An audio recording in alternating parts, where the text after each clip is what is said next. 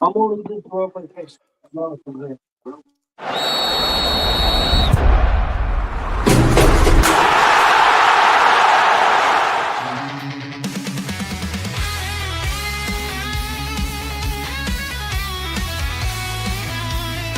Afternoon show, we own the night. Champions scream under the light. This is a great honor for every fan of the Dallas Cowboys. I'm honored to be in the NFL. Heroes fall and legends rise. Twist of fate in our eyes. Heads held high, never compromise. What can I say? Mamba out. Take the flight.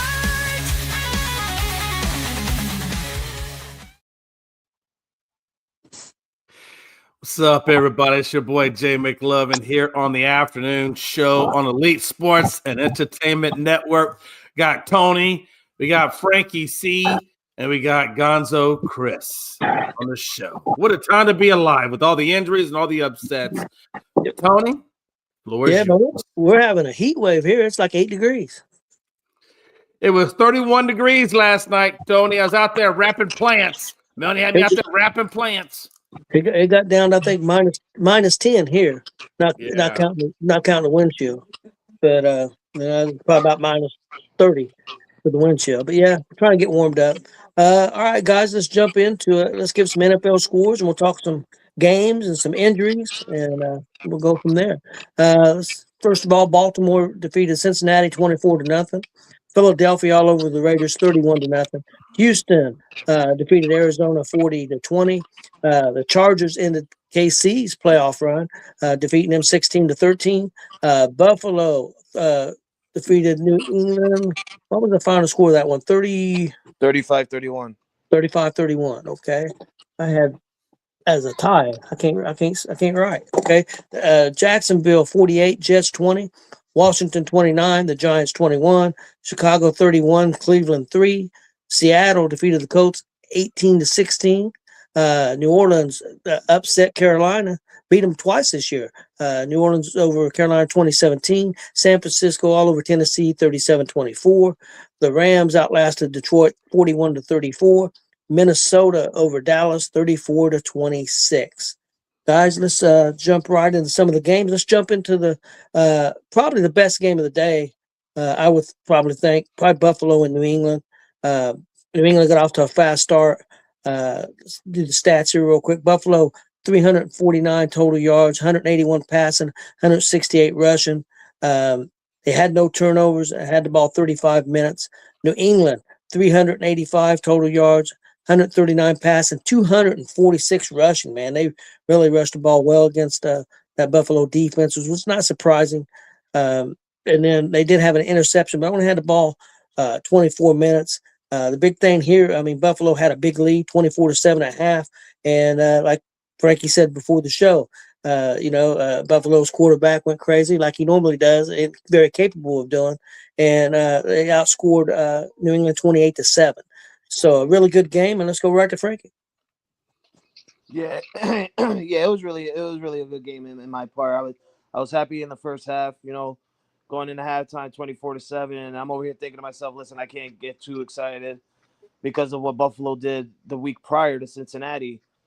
And it's just like I said, it's Josh Allen doing Josh Allen things, right? I mean, he's been in this situation before plenty of times. This is a veteran quarterback that's, knows the situation at this late into the season. I think Buffalo went into the locker room at halftime with a little prep compared to what the Patriots did. I'm pretty sure the Patriots went into the locker room thinking that they already had this locked up. But you got to play 60 minutes of football.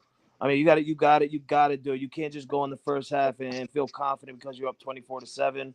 But it was still a competitive game at the end. Buffalo took the lead, and then Trevion Henderson with the 64-yard rushing touchdown to give the Patriots back the lead. It's just you gave Josh Allen and the Bills too much time with close to 10 minutes left on the quarter. You got to pick it up there. I'm not mad at my boys. I'm not upset with my boys. This is learning experience from all these young men against Josh Allen. It's a good game. It really was. But at the end of the day, Patriots are still on top. We're one game ahead of Buffalo now. all I need is for Buffalo to lose one game, and I'm guaranteed that the Patriots can win 2 out of the next 3. I'm not going to guarantee a next week's win because we got a tough game next week, Sunday night, against the Baltimore Ravens in Baltimore, who, Tony, you just said shut out the Cincinnati Bengals. But I'm expecting a good game in that one as well. This is a learning experience from Drake May. This is a learning experience from everyone on that offense. And this is also a learning experience on the defense. You cannot let your feet off the pedal on the defensive side of the ball, especially against a team like the Buffalo Bills. So a lot to improve, a lot to, look on the tapes and see what we did wrong and, make the wrongs right. I'm hoping Mike Vrabel, as a good coach that he is, and I expect Mike Vrabel to be that good coach that he is step up and say, listen, we got to play 60 minutes of football. We cannot be playing only half passing it on the first half and thinking we got a comfortable lead. It can't happen. But at the end of the day, Tony, I feel like it was a good game. Yeah, we blew a lead. It's not the first time I've seen the Patriots blow a lead, and it won't be the last time I'll see the Patriots blow a lead. But when the division title is on the line against a team that has owned that division the last 5 years, it would have been a good win. It would have been a good solidified win against that team. But we still have high hopes, and I think we get it done in the next 2 weeks, hopefully, because the Bills do got Philadelphia in 2 weeks. Yeah, Frankie, I agree with you. I think that a lot of people don't believe there's no such thing as a good loss. I think this was a good loss for New England. They see what they got to do. I think if they would have kept on winning, it could have been fool's gold a little bit. But now I don't think it will be. I think this will help prepare them for the playoffs. And I think it's an important game for them. I think I agree with you. I think the coach will have them ready. And the only downside to this loss is Denver now has a home field. And I think that was important for New England as far as having a shot to make it to the Super Bowls to have home field. But hey, nothing's guaranteed. New England played well. For the most part, like you said, you're going up against one of the best quarterbacks, probably a top 10 quarterback of all time, probably when it's all said and done. So, he ain't like this for the first time he's done what he did. So, New England will come off the mat, I think, pretty well in the next few weeks. Chris, your thoughts? To me, this was a tale of two games, and the big difference in the first half and the second half was first half the Patriots ran for almost 200 yards. I think they ended up having 180 yards rushing in the first half. Yeah, and the second half they were able to run for about 60 yards. And Buffalo was able to get their run game with James Cook going a little bit. But yeah, it was two good teams. Both of them played a good half of football. Neither team played a whole game. Both of them played a good half, and Buffalo's second half was able to get them just enough to get the win. But I think the big thing and the big turning point in that game to me was the second half where New England wasn't able to run the ball like they were the first half. First half, Drake May was running the ball. Henderson, everybody was running the ball. And then the second half, that run game got slowed down a little bit. But no, I think we'll see these two teams go at it again, and it'll be another real good game. Yeah, I wouldn't be surprised. Jay, your thoughts on this game? Yeah, I think Chris kind of had it pretty much right the nail on the head. Tell of two halves. 148 yards. Was it 52-yard and a 65-yard scamper by Trevion Henderson that first half. That second half, it looked like that was a little bit more Buffalo with Dalton. Dawson Knox and Dalton Kincaid? Both those tight ends were doing really well. I think Dalton Knox went up with 2 touchdowns. There was one where I think Dalton Kincaid had I think he got like the setup pass where it's just like a 14 or 15-yard reception. And then the next one was the big one to Dalton Knox, which got the touchdown. But yeah, you got 107 yards from Cook. You got 2 touchdowns from Knox. Like I said, Josh Allen said, look, as long as I got the ball in my hands, we can make things happen. And they did. In that second half, they made things happen. One of the big weaknesses is with Buffalo is that run defense. They gave up a lot of rushing yards that first half. Now, they did, like Chris said, they did clamp it down that second half. But again, that's still over 200 yards of rushing in a game. So they have to do a better job, at stopping the run. The Bills do. If in terms of the Patriots, They just, like you said, they just have to continue to do what they did in that first half, that second half, and it's just the consistency of it, right? But ultimately, it was a good game against two rivals. They went at it, and it was a 4-point differential. I think both these teams possibly have a shot at making the playoffs, depending on what Buffalo or New England can do it depends on how it turns out. Like what Frankie said, I think he needs Buffalo to lose one more game in order for them to get the division. But either way, man, my biggest thing I want to leave with this is when it comes to New England, they've got a hell of a good start at rebuilding that franchise from what it was. Vrabel comes in. He's really turned this team around, got them doing great things. But it's too fast, too quick, and I just don't believe that they're going to get the job done all the way through the playoffs. So I think, Frankie, I still think you guys got some work to do, some fine-tuning to do on that team. But you got to like what year one looks like under Vrabel. You got to like it. Oh yeah, I absolutely love it, and I've been saying it for a while now. I mean, it's just the start, it's just the beginning. He cleaned house when he came in. He got new players to come in there, and next year he saved up about $54 million in cap space this season. That's going to add into the cap space next year, which is going to give us the highest cap space next year as well, with 11 total draft picks. It's just the beginning, and to have us look like this in the start of Mike Vrabel's coaching career as a New England Patriot head coach, it shows great future for us. It really does. It kind of shows me of how like Patrick Mahomes started off with the Chiefs. So I'm absolutely with you, Jay. I mean, I'm not gonna sit here and like, listen, Randy, I agree with you. I agree with you. Like, if we lose next week's game, yeah, we're gonna be in it. But I wouldn't consider us a first round exit. I really wouldn't.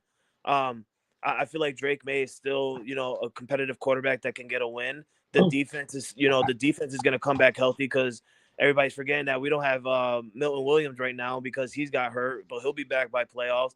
Will Campbell, that's Drake May's blind protector, he's going to be back. And we'll be back. Oh, you want to get a take in this, Carson? This is my turn. Yeah. Okay. But yeah, I think we'll be back at the full swing, and I think we'll most likely make it to the divisional round, or to the AFC Championship, most definitely. But listen, we had 10-game winning streak. I think this was a loss that we needed to get, in our heads, to finally be like, all right, we lost a game. Let's see what we did wrong. Let's get back on the winning circle now, and let's go back out there and let's finish these last 3 games of the season strong. But I agree with you, Jay. It's the beginning, brother. I do like what Randy said, though. He said, look, you guys got punched in the mouth by Buffalo. I want to see how you guys come back in this next game. If you guys come back and dominate and do it in a very good way, then we can say, okay, they had that one punch. Now they're remembered. Okay, the heads got too big. If you come back and you blow out the next game, then okay, that's great. I think you're back on track. If you lose that next game, though, I think that's going to solidify. You're going to make the playoffs no matter what, but it's got to make you think, okay, they couldn't come back from that punch in the mouth. How far can this team really go if you can't come back from a tough loss? Well, I'm not gonna look at it as like that. I want it to be competitive. Stay close with it, because next game we got Baltimore. It's Lamar Jackson, former MVP. They also got Derrick Henry in the backfield. They have a good defense led by John Harbaugh. So I mean, it's a good team over there in Baltimore. If we lose, we lose. I don't want to get blown out. Make it competitive, like we did with Buffalo. We lost by 4. Cool. We beat them by 3. That's competitive football in week 5. If we go into Baltimore and we lose Baltimore, but we lose by 3, that's showing me that, okay, Drake May and the Patriots can hang on. They're just not there yet to win against these good teams and these good quarterbacks. But we can compete and show that we have the ability to win these games when the time is right and when we have the actual personnel on the team. It's still the beginning, Jay, like you said. It's just the start, brother. Yeah. Yep, I agree with that. Next game, guys, let's go to the LA Chargers and the Kansas City Chiefs. LA won this game 16-13. Big things coming out of this one. Mahomes gets hurt. He's going to be out for a while. I don't know. I doubt if he would start the season next year. I wouldn't think so. And Casey's out of the playoffs for the first time since, well over 10 years. So the Chargers had 295 total yards, 201 yards passing, 94 rushing. They did get sacked 4 times, had 1 interception, but did have the ball 34 minutes. KC had 239 total yards, 190 passing, Only 49 rushing. That hurt. They got sacked 5 times and 2 interceptions. Let's go to Chris first. Your thoughts on this game, Chargers KC?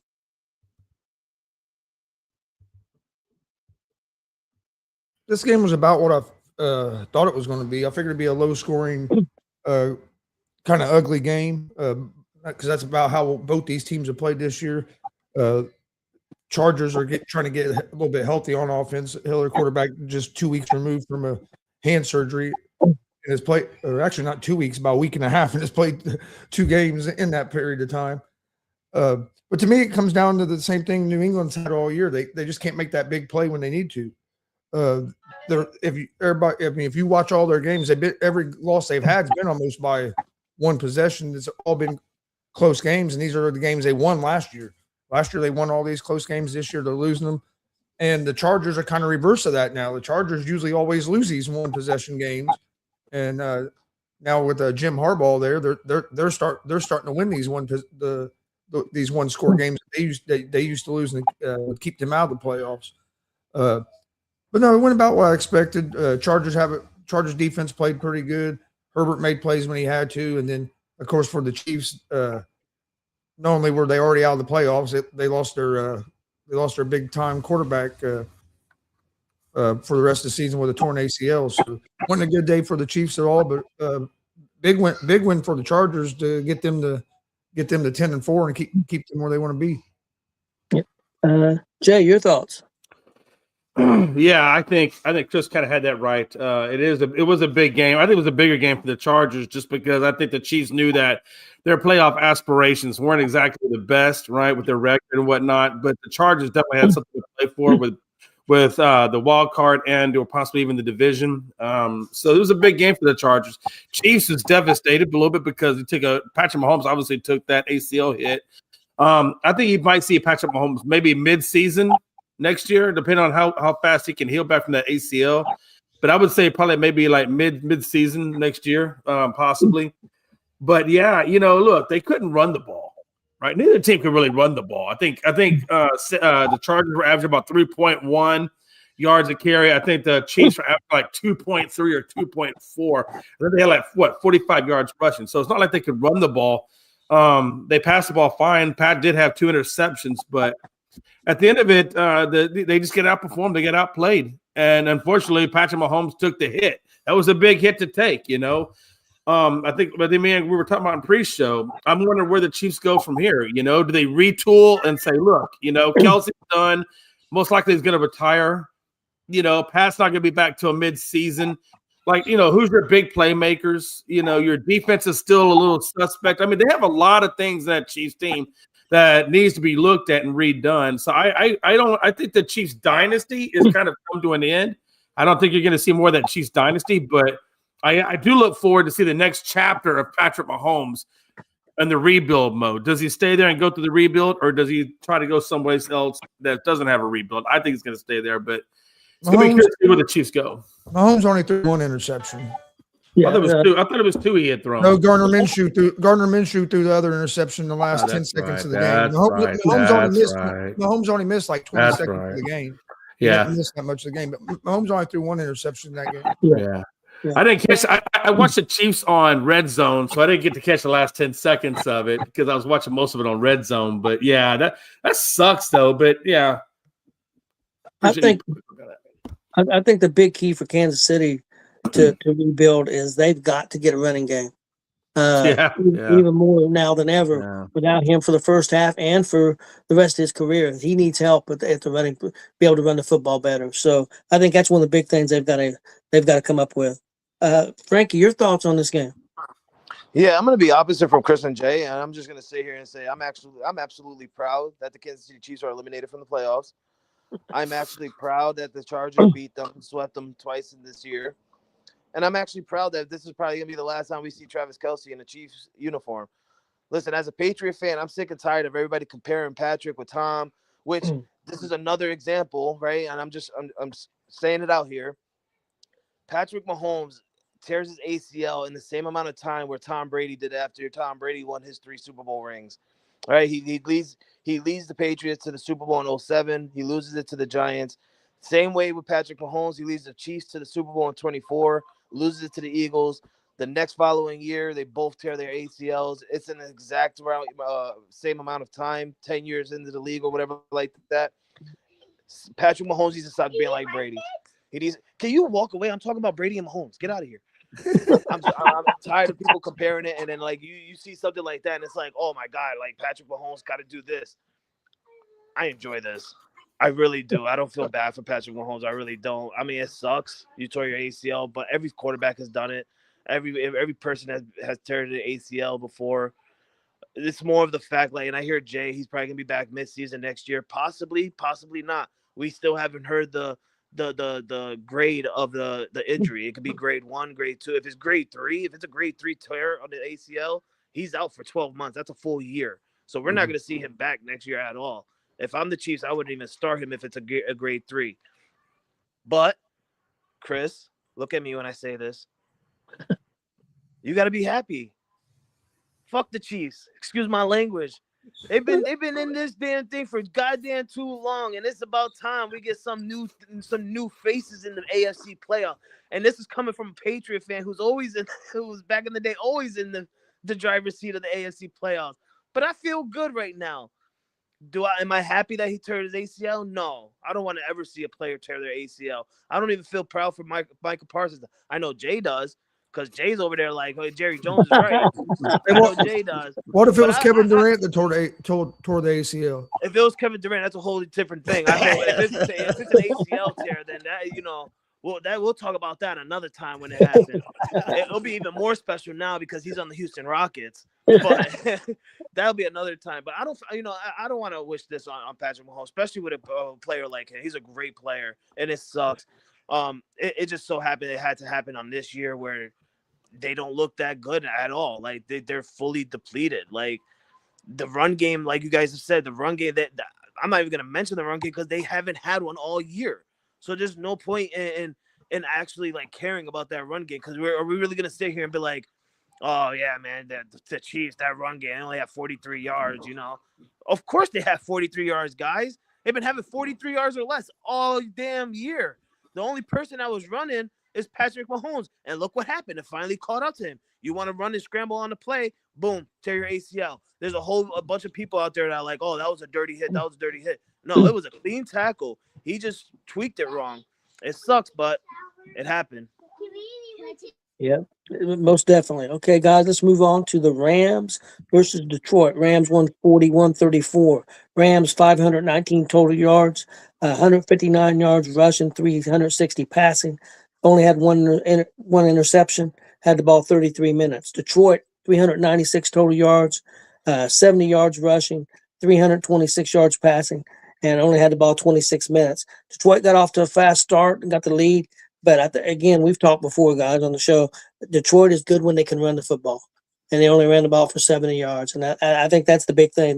Their offense goes as they run the ball, and then it opens up their passing game. And they just couldn't get the run going. Another big win for the Rams. They're in a tough division right now. I do think they would be the number 1 seed overall in the NFC, but things are still tight with Seattle and other teams. So Frankie, your thoughts on the Rams and Detroit? Yeah, I actually thought this was a good game. It truly was. This looked like it could have been an NFC championship moment right here. It was totally dominant in the first half by the Detroit Lions. I was really shocked and surprised that they couldn't get nothing on the ground done. It just goes to show that the Rams got a really good defensive line and a good stop in the run on the defensive part. But what got to me was Puka Nacua finally showed up. I mean, he always shows up, but for some odd reason against the Detroit Lions, like he was going on a tear. He's catching passes and he's getting wrapped up by 3 Detroit Lion defenders, and he's still not going to the ground, and he's pushing and pushing. That dude is a goddamn monster. Excuse my language again. I'm sorry. But when we're talking about good players and a good team like the Rams right now, all you can do is just be super excited because you're watching some good football right now out of Matthew Stafford, and you're watching some good football right now out of Puka Nacua. The one thing that caught my eye is Amon-Ra St. Brown. I'm glad that he dominated the way he did. And I felt like the Lions should have never pulled back on that. they got the 2 touchdowns with him, and then all of a sudden it just disappeared. I felt like they just stopped throwing the ball to him. But other than that, I think this was an absolute game, and I agree with you, Tony. I think the Rams are the best team right now in the NFC. The same with Jay. I think Jay's been saying it too. I think Jay's been saying either the Rams or the Seahawks. Yeah. But for right now, to me, it's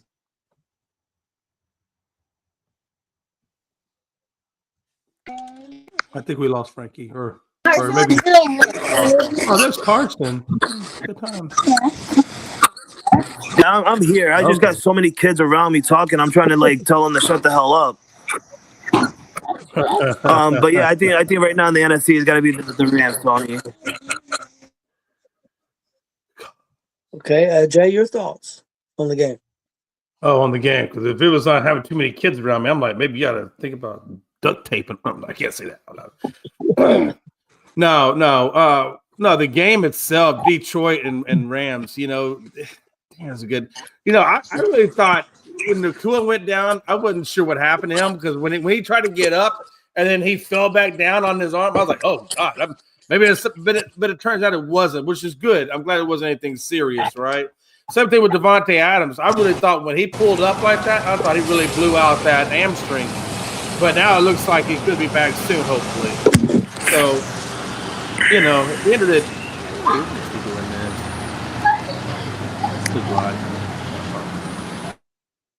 there we go. Thank you. I think yeah. I'm just kidding. I don't believe in duct taping anything other than anything automotive. But that's besides the point. My point I was going with that before I got inside the rail was you're right. They could not get that run game going. I mean, would they have like 70 yards? I think they lost the time of possession by like 5 or 6 minutes. I mean, there was a lot of things that went the Rams' way that didn't go Detroit's way.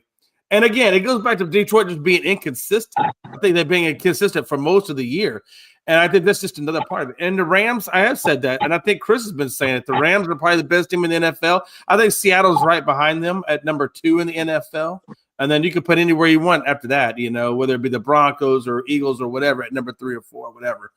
But yeah, the Rams and the Seattle Seahawks, those are the 2 best teams. And I think we saw that. And I think Green Bay is not going to be challenging nobody right anytime soon with their injuries. So it's still kind of, I still feel like that division could be, or Detroit could stay alive in that division, but it's going to be tough for the next, we got like 3 games left. And I think they're on the outs right now. Yeah, they're on the outs right now. But I think they do play. I'm not sure on their schedule. I think they still have a game with Green Bay or Chicago, so that could help them. But Chris, your thoughts on this ball game? It was a good game. Difference in the game was the third quarter. The Lions came out hot in that first half, got the lead. Rams was able to get back in it. Then the third quarter, the Rams scored 17 points, and the Lions scored 0. And then in the fourth quarter, the Lions outscored the Rams. That third quarter, the Rams got hot, and Lions weren't able to stop them. And then plus, it was the Rams able to run the ball. Rams had 2 guys close to 100 yards rushing, and the Lions couldn't get their run game going. So to me, that was the big difference. The 2 big differences in the game was the third quarter. Rams really outplayed the Lions in that third quarter coming out of the locker room. Lions got it back in the fourth quarter, but it was a little bit too late. And then the rushing game, Lions not being able to run the ball, and the Rams being able to run the ball. A lot of people, not me, but a lot of people always say that they think the Rams running game is their weakness, and that to me, that was what won them the game yesterday. What was their running game? Yeah, I agree. I think for me, that's always been kind of a question mark, the consistency with the running game. But if that running game plays like that, man, right now, I think the Rams are the best team in football. Now, best team in football don't always win the Super Bowl, but I do think they're the most complete team offensively and defensively. How's it going, Hank? Yeah, Hank. It's interesting to me, though, because if you think about it, like Chris was saying, man, he had 2 guys that's almost 160 yards on the ground and damn near 400 yards in the air. I mean, the Detroit defense just really did not show up for the majority of that game. You know, when you look at the amount of yardage they gave up and the amount of touchdowns they gave up in the run and on the offense, I mean, it's crazy. Yeah. So Detroit's defense has been inconsistent all year. Guys, let's move on to the next game. Seattle and Indy. Seattle won 18-16. Seattle had 6 field goals. Coach did a great job defensively. Let's look at the stats. Seattle only had 313 total yards, only 49 rushing. They gave up 1 sack. Colts, of course, was very anemic on offense, 215 total yards of offense, 97 rushing. They only give up a sack, had 1 interception. That was at the end of the game where Rivers was trying to make a play. And look, I thought the Colts did an incredible job defensively. I got to give them a lot of credit. And honestly, I think if you can keep Seattle from hitting the big play with the receivers, I question their offense a little bit. Their offense didn't look great. They didn't run the football. And we're talking about a depleted Colts offense missing 3 of their best players. And I think the Colts defense really stepped up. It's going to be interesting to see what the Colts do the rest of the year. Do you play Rivers? Do you play the young quarterback? I have mixed feelings both ways. But let's go to you, Chris. What do you think the Colts? What do you think about the game, and what do you think the Colts might do at quarterback? Yeah, it was a good game. Colts pretty much the whole game done what they needed to do to win that game, and then good old Shane Steichen decides to get real conservative again at the end of the game.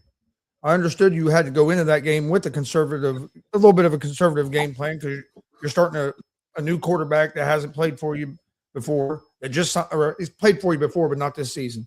Just signed with you 4 days ago, and he's also 44. So yeah, you're going to be a little conservative. And the game plan was working perfect. And then you get to the end of the game, you got 2 minutes left. You're down 1. All you got to do is go down and get a field goal. You get to the 50-yard line, and then you decide that you're so confident in your kicker that a 60-yard field goal is good enough. Instead of trying to get that one more first down where then you can run the clock out, you take that field goal at the end. They don't get a chance to go get a field goal. Instead, we leave 50 seconds on the clock because we don't try to get that pick up that one more first down. And we try a 60-yard field goal, which I don't care who your fucking kicker is. You shouldn't be that goddamn confident in it. Yeah, you can be confident in a kicker, but you should be that confident that a 60-yard is just automatic. Especially a kicker that this is only his first or second game with you. We just signed to kick this kicker last week because our main kicker got hurt. He hit the kick, which is great. But still, if you had you had 2nd and 7 or 2nd and 8, and you ran the ball, and then you had 3rd and 7, you try to pick up that first down. The worst thing that can happen, you don't get the first down, you still get the chance to kick the field goal. But run a play, try to get that first down, because then you can run the clock down to 3 seconds, kick the field goal, and you beat Seattle. So I thought Steichen mismanaged the game there at the end. He got a little too conservative, settled for a 60-yarder instead of trying to get a little bit closer. And like I said, we kicked that field goal with 50 seconds left. What happens if you kick that field goal with 3 seconds left? Game's over. They don't have a chance to go down and go down. So to me, Steichen messed up at the end, got too conservative. I understand being conservative throughout the game on the offensive side. You don't want to make no big mistakes. Your defense is playing good. Defense didn't give up 1 touchdown to this great Seattle team. Which they're good, but I'm not as high on Seattle as everybody else. And I think yesterday's game kind of showed where Seattle is at a little bit. But yeah, Colts could have won. We could have very easily won that game. And I think and we've seen it before. Steichen sometimes gets too. I don't know if he locks up or what. He gets conservative at the end of the game. He done it against the Denver Broncos, and we got lucky to win that game because they got a penalty because he settled for a 64-yard field goal in that game and didn't try to get the first down. And then he basically done the same thing this game. So yeah, I think Steichen sometimes at the end of the games gets a little too conservative. But yeah, other than that, it was a great game. It's going to be interesting to see what the Colts do. I think they probably play Rivers again this week because you still technically you still have a chance to make playoffs if you win these 3 games, depending on what happens because you play Houston and Jacksonville the last 2 games of the season. so you still have a chance. So I think they'll play Rivers. I think if they lose the next game and they're out, I think you'll see them probably go back to Riley Leonard and let him get. But yeah, I think they're probably going to stay with Rivers another week. It's kind of a catch-22 because with Rivers, he can't throw the ball downfield. It does give you another week to game plan, maybe put more screens and stuff. And he would be more comfortable. Maybe he could throw the ball a little further. They could work on that. But if you put the rookie quarterback in there, just like when he played the last time, they're going to blitz like crazy. And they couldn't. They never. I think they only sacked Rivers once.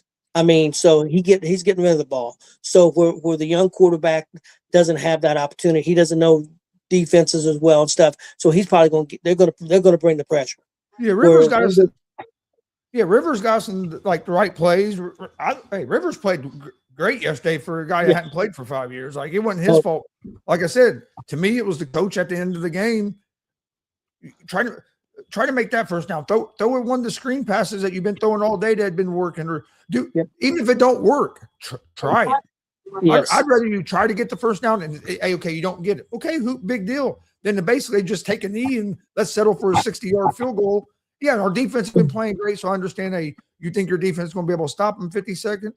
But then we had a terrible kickoff that put them in great position, and then you got to be a little more aggressive there at the end. But one thing Seattle did too. Other than that, Seattle was pretty good. Yeah, Seattle made adjustments. They seen that Rivers can throw the ball downfield. In the first half, they was laying off the receivers. In the second half, they really came up on the receivers, and that made it tougher for us to complete passes. So Seattle did make adjustments. Yeah, but Seattle did not look good offensively, and a lot of that was. I mean, I'm not going to make excuses for them. A lot of it was coach defense. Coach defense played great. Jay, your thought? They put pressure on Darnold, and if you put pressure on Darnold, he struggles. Yeah, I call this game. If I had to nickname this game, it'd be the game of field goals because he ain't had but one touchdown. But boy, do they have a lot of field goals. And Jake Myers, I mean, his leg has got to be hurting, kicking all them damn field goals. I mean, holy crap! I mean, whoever had him on fantasy league, I mean, he probably had about 20 or 30 points just off of him alone. I mean, it was crazy. But I think you're right, though. The offense for Seattle, they didn't look as good, right? I mean, they didn't look like they were running the ball good. You guys had a lot of your cornerbacks hurt, so I felt like, okay, surely Seattle's going to exploit that. Let's see what they do. No, be honest. You thought we were going to get boat raced. Be honest. You talked all that shit. We were going to get boat raced. Yeah. I don't know if I used to run boat race. I'm not even sure what that phrase really means. Pretty sure that's what you said. But yeah. I don't know what boat race means, but you said we was going to get beat bad. I don't know if it was boat race. I forget what the term was. I don't know what boat race means. Because somebody Google Chat GPT or something. It was some kind of term like that. He thought we were going to get it. I don't know what boat. I think he'd been out there shoveling that snow too long. But no, hey, but I did say, I'm sure I said something to the effect of you guys were going to get routed. I felt like that because and the only reason I say that is because you didn't have a quarterback, and I didn't know how. I mean, look, Phillip Rivers off the couch after 5 years. I didn't know what to expect from that guy. Honestly, I didn't know what we were going to get. And he didn't do bad. He obviously can't really throw the long ball, which I think kind of hurt him a little bit. But and let's be honest, the hero for your team, honestly, was that offensive line. The Colts offensive line, I think they knew that, hey, Rivers ain't a mobile guy, and he's 44. And whatever it was, they blocked very well for him and allowed him to actually be able to do what he was doing and keeping you guys in the game. So I thought the hero of this game, other than Jake Myers for his team, was the offensive line for your team, honestly. It was a good game. It was better than I expected. Fantasy wise, I had the Seahawks as my defense. I didn't do as well as I was thinking I was going to do. So I had to eat a little humble pie on that one. And Tony, I played you this week, and I tip my hat to you, sir. You kicked my ass a little bit. Yep. Ripped up, Tony. It's not over yet, but good job. I know you're going to win. That's my concession speech. If I was president, I'm doing my early concession speech. I concede. I just need you not to let Gonzo win the league. Okay? Can you or Austin or anybody other than Chris, win the league because his head's gonna get blown up. His head's gonna be like this. It's gonna be crazy. Okay, let's go to Frankie. What? Talk about the cold Seattle game. I know you're talking about the Colts Seattle game. What do you want me to say, Tony? You want me to sit here and praise your 44-year-old fat quarterback? You want me to say, "Oh my God, this was such a good game because it was field goal after field goal"? No, it was more of anything you can do, I can try and do better. And you guys didn't do better. All right, you didn't do better on the coaching. And I agree with Chris. Shane Steichen was insane thinking to go for a 60-yard field goal with freaking 7 seconds left. For one, I just want to ask Chris, did you guys have at least one timeout? I think we might not have had a timeout, but there was 50 seconds left. So we could have ran anything we wanted and had time to spike the ball and kick a field goal. Unbelievable.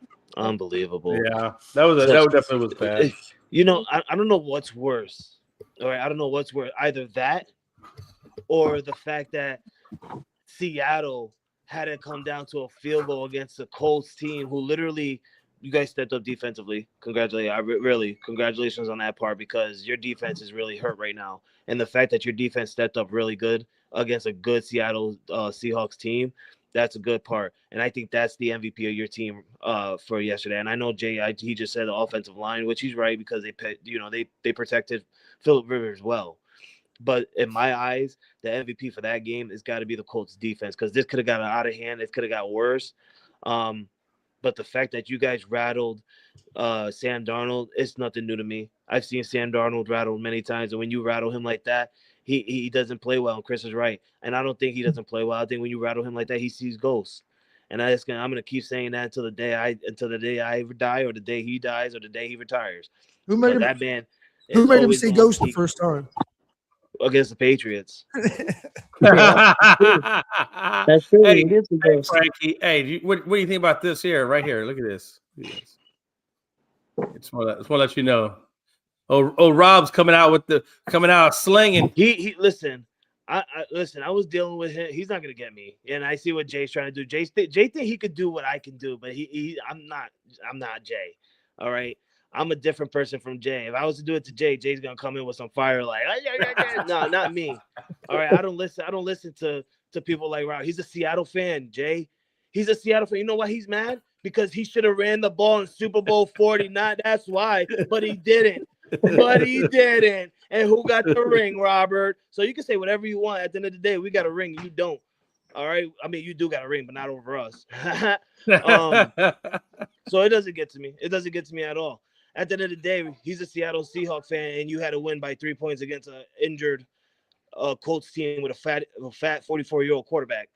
Ooh, man, Chris. Now, but Chris, just the way. Check this one out right here. Work. Jay, I love this. Watch this. Robert says, problem with the Seahawks is they play their competition. They always play crappy when they play crappy teams. So is that something like? Crappy. I don't think that's something good. That just sounds like a typical fan when their team don't play as good as they want to. They always say their team's crappy. Like you do it, I do it. Everybody does that. So I don't mean nothing to me. Yep. You know what's funny to me is he's talking so highly of the Seahawks. But when your team don't even look that good right now, and you're winning 3 points against the Colts team, you know what that tells me? That tells me, and I'm gonna say what he said to me earlier on the chat. You're a one and done team in the playoffs, sir. You're gonna be a one and done team in the playoffs, and I can't wait because when you're a one and done team in the playoffs, guess who's gonna disappear? There's not gonna be not one name saying Robert Wardell on our chat because he's gonna go in hiding mode like Aaron Rodgers. All right, guys, let's move on to Denver and Green Bay. Denver won 34-26. Denver had 391 total yards of offense, 303 passing, 88 rushing, give up no sacks, did have one fumble. Green Bay, 362 total yards of offense, 247 pass, had 115 rush. They did give up 3 sacks and two interceptions. I think the big thing here is the injuries for Green Bay. Of course, they lost Parsons. When Parsons went out, they was ahead. And then also they lost Watson again at the receiver position. Parsons is going to be out for a while. I mean, I don't know how far it will go into next year. He tore his ACL, but again, I don't know what grade of tear. Denver looked pretty good. I like Denver a lot, especially if they get home field advantage. I think they'll have a good shot of maybe making it to the Super Bowl with home field. Without home field, I'm not as sure. But right now, that's what they do have that. Frankie, I know they're a big competition for you in New England. I think you guys are probably maybe the two best teams in the AFC. So your thoughts on this Denver Green Bay game? I thought it was a really good game. Green Bay came out with a good little offense. Obviously, they didn't start off getting touchdowns. They ended up getting the first 2 field goals. Yeah, you heard my kid in the background. I'm starting to kick them in their fucking face. Excuse my language. It's okay when it's your kid, Tony. You know what I'm talking about. Yep. Chris, Chris, I know Chris knows what I'm talking about too. And Chris just be like, it's a wrestling move to Austin, but nah, not really. No, it was a good game. I honestly, I felt like it would have been way better if Michael Parsons would have never tore his ACL. Because once Michael Parsons went down, I felt like that was like the heart stopper right there. Like your best player on your defense went down, and everything just like went to shambles. Like the offense was gone. Then you also lose Christian Watson on a long ball play which got intercepted. But then he ended up hurting his shoulder in the process, who's now considered week to week. It would have been a way better game if Michael Parsons was playing. But damn, man, Denver always coming from behind and finding a way to get a win. I don't know when this is going to end, but if this is going to keep happening, you can guarantee that they could possibly be a Super Bowl contending team in the AFC. I feel like, if the Patriots don't make it to the AFC Championship game, which I'm not sitting here saying we are going to go there, the only best possibility that we can see will be Denver Broncos versus Buffalo Bills, because at this very moment, Josh Allen doesn't have nobody that he's used to losing to in the playoffs that are currently in there right now. There's no Joe Burrow, there's no Patrick Mahomes, and there's no Lamar Jackson currently right now. So, I mean, we could possibly see a Denver Bronco versus Buffalo Bills matchup, and that would be amazing to see, because these are two teams that, honestly, in my opinion, like to come from behind, and they're the two teams that successfully do it. So it'll be a really good game to see them two go at it. But I don't know I don't know what this is going to look like for Green Bay now going forward, losing Michael Parsons in that defense. Yeah, they could be in trouble. I think they are. They may. I mean, they're not a guarantee to make the playoffs now. I mean, I know they're in right now, but it's going to be interesting. Chris, your thoughts on this game? Yeah, it was a good football game. To me, it hurt Parsons. It hurt that they lost Parsons. They lost him in the third quarter of the game, if I remember right. Yeah. Hold on, I got something playing on my fucking phone. I don't know what the fuck's going on here. Oh, stupid shit. Let me get back to the screen I was on. But no, good game. To me, one of the big difference in the game was penalties. Green Bay had 10 penalties for 72 yards. It's hard to win against good teams if you're giving up that many yards in penalties. And then to me, the difference in the game, is the red zone. The Broncos were 4-4 in the red zone. They had 4 touchdowns and they got in the red zone 4 times. Green Bay was 1-4, if I remember correctly. Yeah, Green Bay was 1-4 in the red zone. They scored 1 touchdown when they got in the red zone. And to me, that was the biggest difference in the game. But both teams ran the ball pretty good. I mean, if you look at their yardage, it was real close. The Broncos only had about 30 more yards than what Green Bay did. Green Bay actually rushed for a few more yards. So, I mean, if you look at most of the stats, they're pretty even. But, yeah, I think the biggest difference in that game is Broncos was able to execute in the red zone, and Green Bay didn't execute as well in the red zone. I think both these teams will probably end up making the playoffs. I still think Green Bay makes the playoffs. They still have a real good defense. Their pass rush isn't going to be quite as good, but I think they'll still be able to make the playoffs. And Denver just keeps proving that they're a good team, and that offense is starting to look better. That was my main concern with them earlier in the year, was their offense was not very consistent. Bo Nix has been playing a lot more consistent the second half of the season, and Denver's looking like a pretty well-oiled machine going into to the last few weeks of the season. Big win for the Broncos, and then for Green Bay, you just got to figure out what you can do at a for your pass rush. I still think they'll be all right because with their offense getting some of the receivers getting healthy, they've been playing good.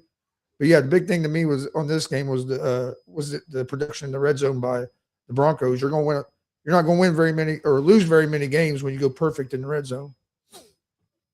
And Denver's defense is good. Like you said, they kept them from getting touchdowns, and that's kind of what won the game for them. And also, I think Denver got 3 sacks on Green Bay, and Denver didn't give up any sacks. So them sacks came at key times in that game because I watched the second half of that game. So big win for Denver. Jay, your thoughts? Real quick, Robert, I do agree with you. That's been my thing about the Broncos all year. It seems like a lot of times that they wait to the fourth quarter to start playing. So yeah, I agree with you. They got to figure out how to play the first and second quarters like they play the fourth quarter, because that's been one of my big things on the Broncos all year as well. Yeah, no, I totally agree with you, Chris and Robert, on that take as well. Yeah, they do wait a little bit too long on that.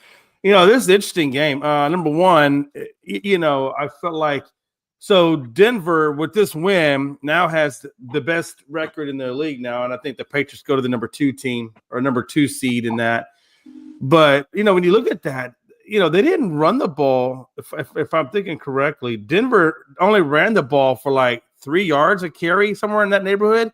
Like Harvey wasn't running that ball all that well.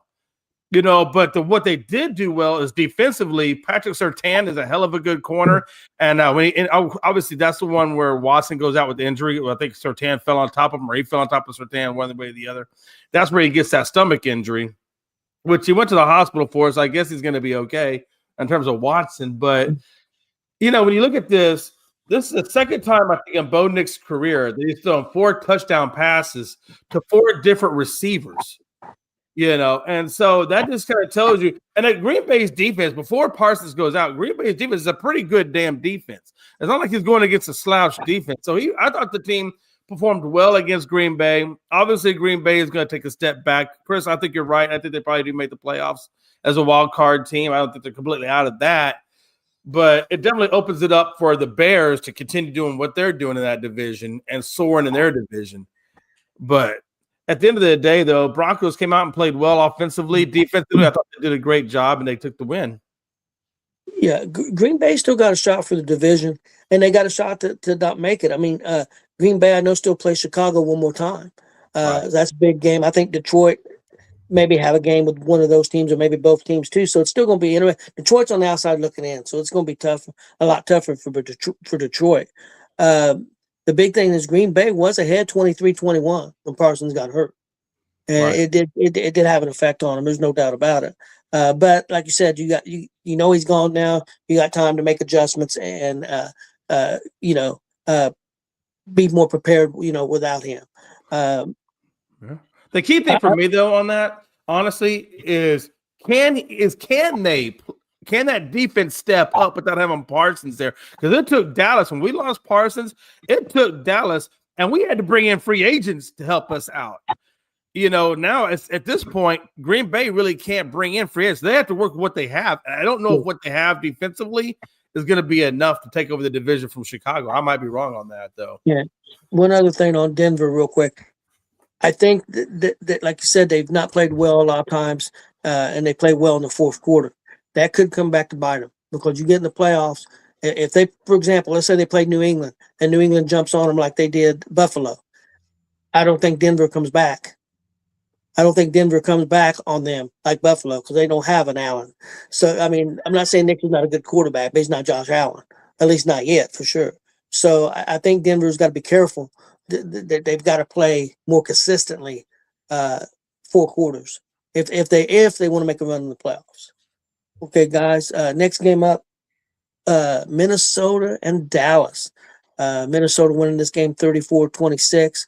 One of the things that stood out to me in this game was, and I know Dallas ended up going 3 for 4 on fourth down, but Minnesota went 3 for 3 on fourth down, and they were big plays. They were big pickups, and it really To me, it was almost, in certain ways, it was almost a game. Them 3 pickups, especially one of them was a long pickup where they almost got into field goal range on a 4th down. It was a big pass play. Minnesota, like they talked during the broadcast, we talked off the air. Collinsworth talked out and called it out. He said Minnesota's to be in this game. They've got the receivers, and you got to go after the weakness of Dallas, and that's defensive back. If Minnesota wanted to have a chance, that's what they had to do, and they did it. And Dallas's defensive backs didn't step up, and that's the difference in the game. I mean, I'm not trying to put down Dallas. We're just being honest. You're good. Yeah. Dallas has a pretty good offense. They scored 26 points. Most times, you score 26 points, you should have a chance to win. So Jay, let's go to you on your thoughts on this Dallas loss. Oh yeah, look, and I know you're not trying to put down Dallas because Dallas put their own selves down. At the end of the day, I mean, here's the thing, right? They did what Dallas did. Dallas upgraded the run defense, and they did exactly that. They stopped the run. I think they only give up like 2.8 yards collectively. I think they gave up 77 yards on 28 carries. So the run defense did exactly what they were supposed to do.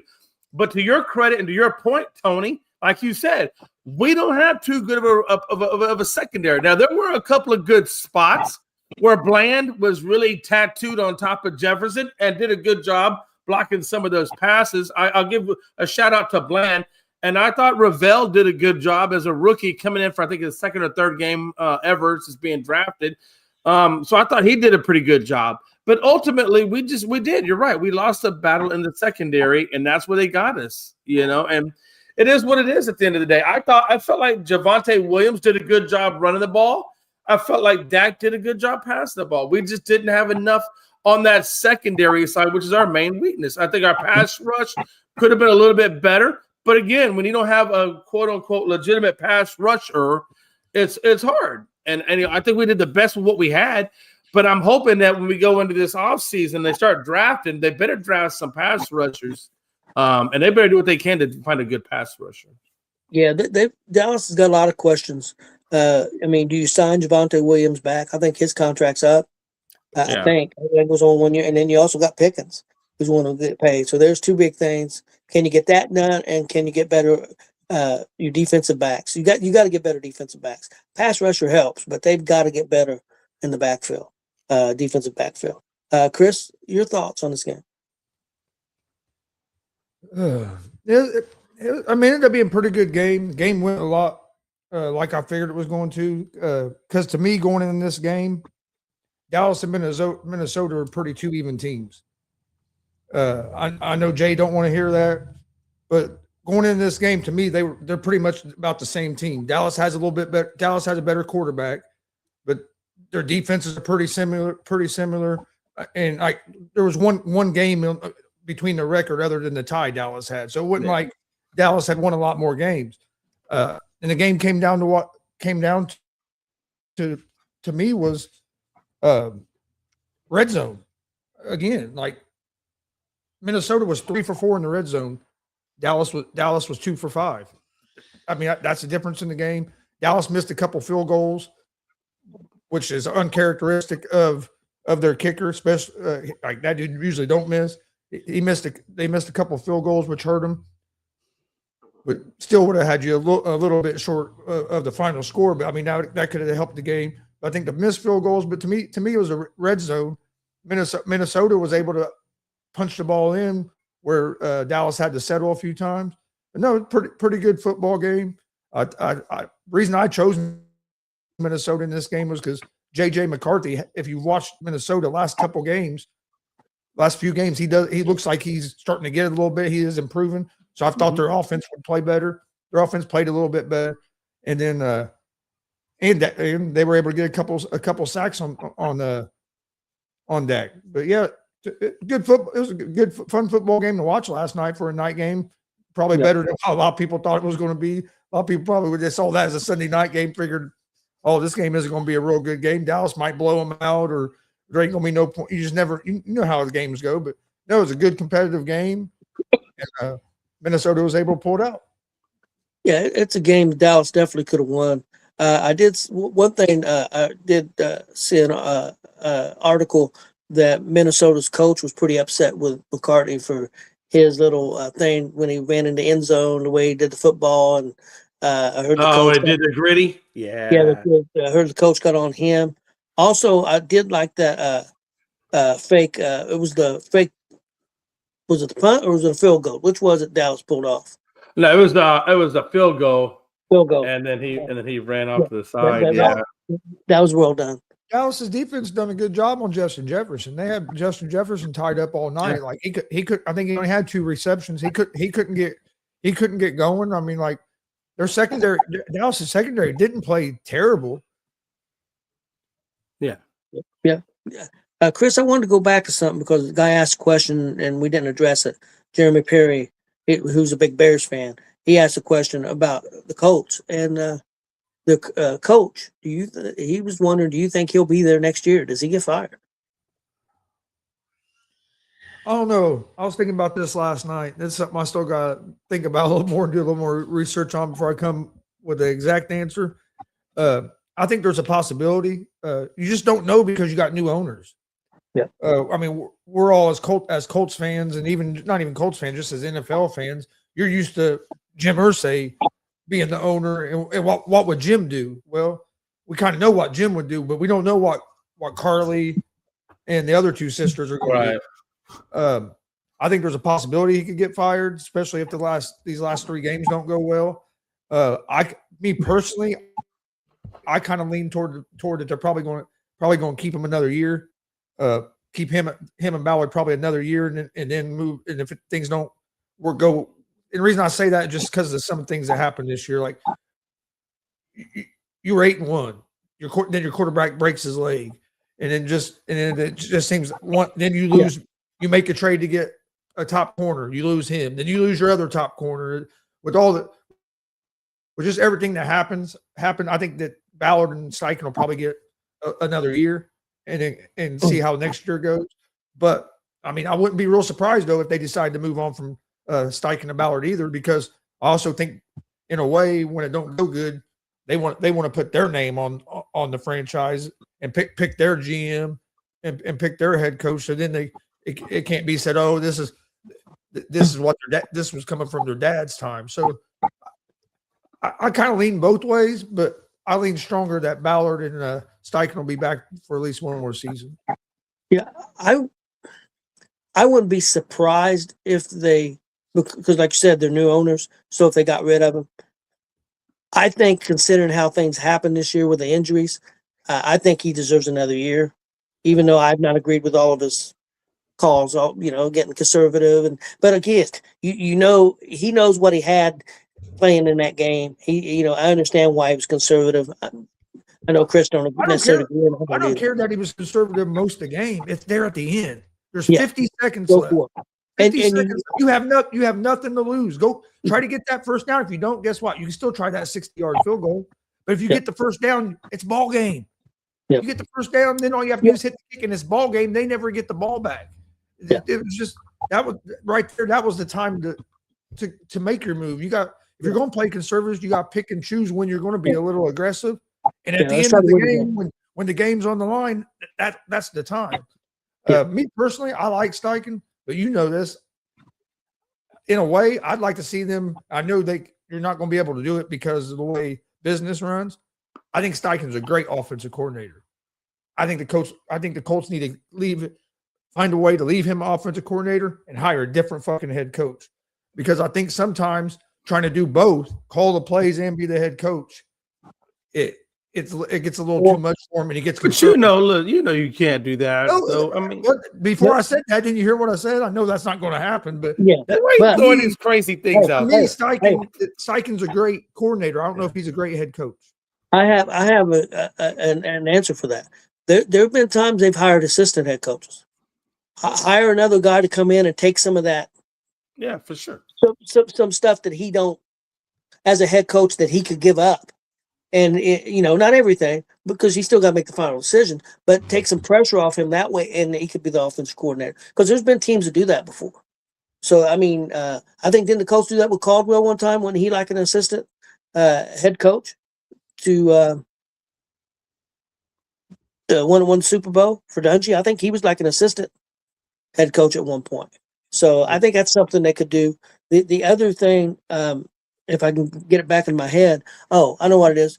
Quarterback wise, with the injury to Jones, I think they're going to try to re-sign Jones. There's been a lot of talk that they think Jones could be ready by the start of the season next year. Okay, let's say he is. If my opinion, I wanted to get your guys' opinion. If I'm the coach, I get a backup plan in case he's not ready, and I'd go out and try to get a Mariota or the guy with San Francisco, the backup quarterback there. I would try to get me an insurance Mac policy. Jones. Mac Jones or somebody like that as an insurance policy. I think that they need to do that because under the situation, you don't know if Jones is going to be ready to start the season. So, Chris, what do you think? And then Jay, what would you think about that? Okay, real quick, Joe. Yeah, it was third down, but guess what? There was 50 seconds left. You could get tackled in the middle of the field, run around, do a dance, and still have time to spike the fucking ball in 50 seconds. But you can't spike it. You can't spike it. No, you can't spike it. Yeah, you can't spike it. But guess what? You can run. You can bring your field goal team out there. Yeah. You have your field goal. You have your field goal team ready. You got 30. You got 40 seconds. You had plenty of time. And guess what? Yeah. They're going to call a timeout. They're going to call a timeout because I think they had one timeout left. They're going to use their last timeout to stop the clock. Plus, the other key is you should run a pass play and you should go more than 7 yards. So if he catches it, it's going to be you're going to be complete. And if he does miss at the time, the clock stops. Yeah, but with 50 seconds left, you can do whatever you want because you have time to get your. I agree. There's only 20 seconds left or 15, but you had almost a minute left. Like to me, that's you got to take a chance at. I agree. What do you think? What do you think? What I said about the quarterback position for next year, Chris? It's going to be interesting. A lot of it's going to depend on when he comes back, and the other thing about that is they have to sign him, because he was only signed for 1 year. I think they're probably going to end up franchise tagging him for next year is what I think they're probably going to end up doing with Jones. Keep him for another year, and then see if he's healthy, and then maybe sign him after that. But no, I do agree. If you're going to stick with Jones, you do need to get your good backup. I think Riley Leonard might end up being a decent backup as well. I mean, he didn't play terrible when he got to play. I understand why they're doing what they're doing right now. But yeah, a lot depends on who's available. I mean, if you can get a Mac Jones, yeah, you go get him. But is Mac Jones going to be available, and how much is that going to cost you? Because San Francisco, they're not going to want to lose Mac Jones because they're going to want to have him in case Purdy goes down. So or they could be stupid like Minnesota last year and just decide to get rid of all of our quarterbacks and go with the rookies. So you never know. I mean, but yeah, I mean, I think it'd be a smart move to maybe try to go after a Mac Jones or somebody like that. But yeah, a lot of it depends on who's available. Yeah. And then the main thing is how is Jones's rehab going and what's his timeline looking like? And coming off an injury like that, like a lot of times, they say it takes you a year, but a lot of times a year to get back. But then it takes another few months to get back. So that's my concern. Jay, your thoughts on that, and then we'll get out of here. Yeah, my thing with the Colts is I don't, you already have Anthony Richardson that you still have there, but he's hurt. I know. So yeah, it's going to be when they go in the offseason, they're going to have to evaluate what they have and where you're right. Where do you go? Because obviously Phillip Rivers, you can use him this year, but that's just to kind of get you to the end of the season. But that's not your long-term solution. So now you got to figure out, okay, we got Daniel Jones, but we're probably not going to have Daniel Jones for about 9 months because he's got to go through all that Achilles and all that kind of, rehab. So then you got Anthony Richardson. Well, how long is Anthony Richardson going to be out for? So you already got those two guys. So yeah, you probably do need to bring in a third one. Maybe a Mac Jones. I just don't know if San Francisco would let go of Mac Jones because they've already been through that when the playoffs had 1 year when they lost all their quarterbacks with injury in the playoffs. Remember that? I forget what it was. Was it Purdy? I think that went down, and then after that, it was the other guy that went. They had I think they were using like an offensive linebackers or no, I mean like a linebacker to finish. Well, they were using running back. They were using Christian. Was it a running back? There you go to finish out the game. So I don't know if they're gonna let go of that security blanket that they have.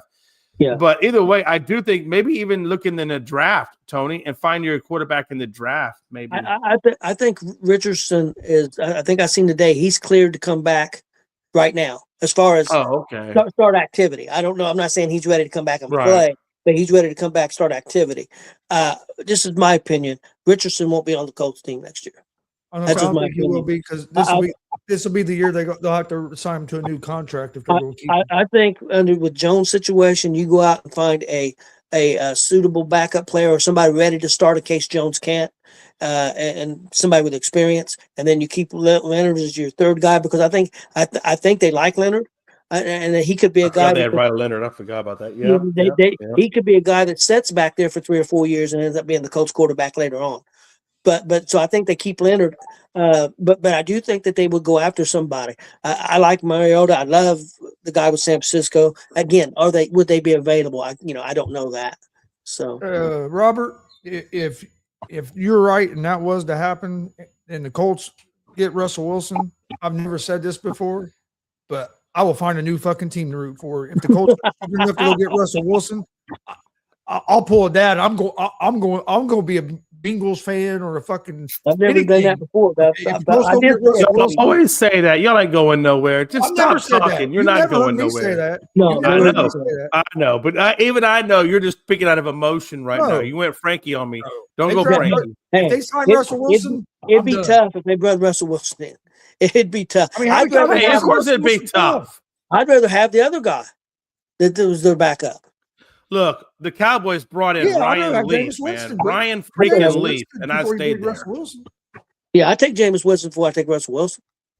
Well, yeah, I would too. I mean, the only problem with that is Jameis Wilson or Winston would cost more money against the cap. So I think more likely you might want to go with Russell Wilson because he wouldn't cost you nothing. Yeah. You probably you get him on the down low cheap. You know what I'm saying? Look, if you're gonna bring back a 44-year-old freaking Rivers, why wouldn't you bring in a Russell Wilson on a cheap deal? Because a 44-year-old Phillip Rivers is better than a 20 or 30-year-old Russell Wilson. Hey, mentality-wise, did you see him on the sideline? The way he was talking to the players and the leaders, he'd run great leadership to that team for that game. No, Joe, I'm not becoming a Cowboys fan. That'd be the last team I ever switched to. Don't worry, we wouldn't even send you an invite. Hey, Joe already invited me. Joe invited me. Joe's in Italy. He don't even speak English all that well. Just leave him. He don't know what he's saying. Hey, before we get out of here, guys, real quick, I did want to say, and I've got a prediction: the team to watch out for in the AFC, and it's hard for me to say this. It is Houston. Yeah, they're getting better offensively. The running game worries me. You're getting bad weather. And they're not going to have home field, so that the running game worries me. But other than that, with their defense, if they can, I've been saying, if they can score 20 points, they're capable of beating New England. They're capable of beating Buffalo. They're capable. I'm telling you, watch out for Houston. We don't need Gino either. Laughing out loud. No, I don't want no damn Gino either. I don't know though. Hey, look, Gino didn't do bad when he was with Seattle. He hasn't been at his best with the Raiders. How many years ago was that he was good in Seattle? That would have been about 2 or 3 years ago. Yeah. But I will give Gino a little. What do you want, Chris? Play. You can't have everything. No, he don't have any weapons in Seattle. But I think he's also in a. I agree. He's in a funk. He may be done. They hit a wall eventually. He may have hit the wall.